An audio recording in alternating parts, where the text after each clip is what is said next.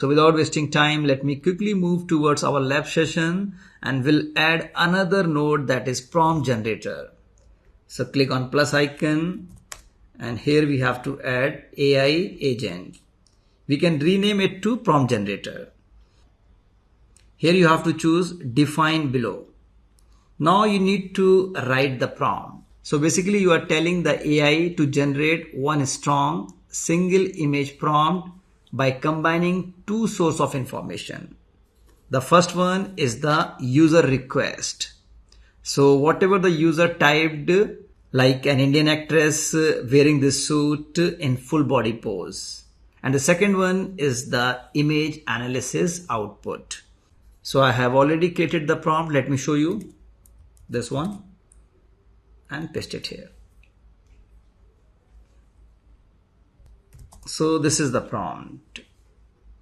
Create one image prompt following system guidelines. So the AI is restricted to output only one final image prompt, not multiple options or explanation. And then we have defined the accuracy requirements, like depict the reference image as accurately as possible and ensure all text elements are reproduced precisely and maintain visual fidelity to original. So this ensures the generated prompt is not just creative but also faithful to the source image. And the important part is the input source. So user request or user instruction. So here you have to drag and drop the user input or user prompt.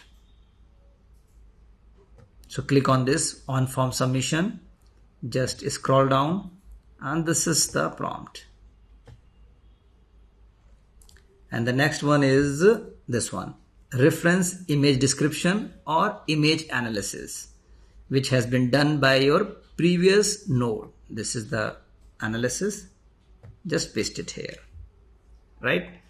So we have provided the user instructions as well as the reference image description.